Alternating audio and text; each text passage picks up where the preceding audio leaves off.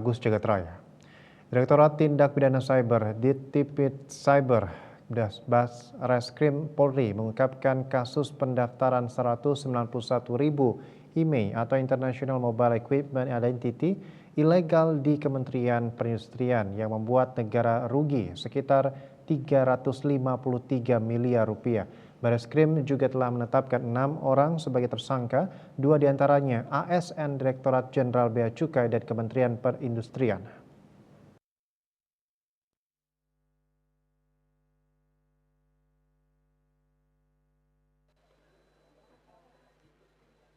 Direktorat Tindak Pidana Siber Bareskrim Polri, Jumat 28 Juli, mengungkap kasus pendaftaran IMEI secara ilegal di Kementerian Perindustrian.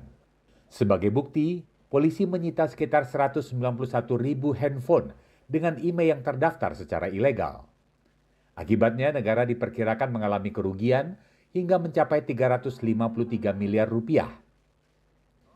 Pelaku sebagai tersangka ditetapkan sebanyak 6 orang, terdiri dari 4 orang swasta dan 1 ASN dari Bea Cukai, serta 1 ASN lain dari Kementerian Perindustrian.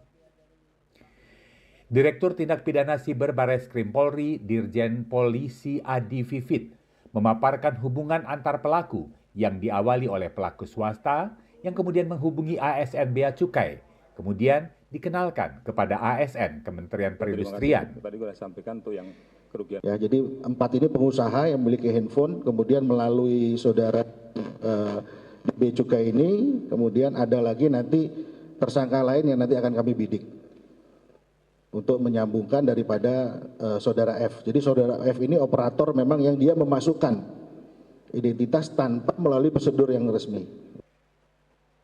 Proses pendaftaran IMEI ilegal ini dilakukan tanpa verifikasi dan pembayaran. Selain itu, para pelaku juga mempromosikan jasa pendaftaran ilegal melalui e-commerce atau perdagangan elektronik. Para pelaku dijerat dengan Undang-Undang Informasi dan Transaksi Elektronik atau UU ITE. Para pelaku ini dipersangkakan adalah pasal 46 ayat 1, junto pasal 30 ayat 1, kemudian pasal 48 ayat 1, junto pasal 32 ayat 1, pasal 51 ayat 1, junto pasal 35, Undang-Undang nomor 19 tahun 2016 tentang perubahan Undang-Undang nomor 11 tahun 2008 tentang informasi dan transaksi elektronik, dengan ancaman pidana penjara 12 tahun. Pengungkapan kasus ini masih menjadi langkah awal. Selanjutnya, polisi akan menugaskan satuan khusus lintas direktorat dan lembaga untuk mendalami kasus ini secara lebih rinci.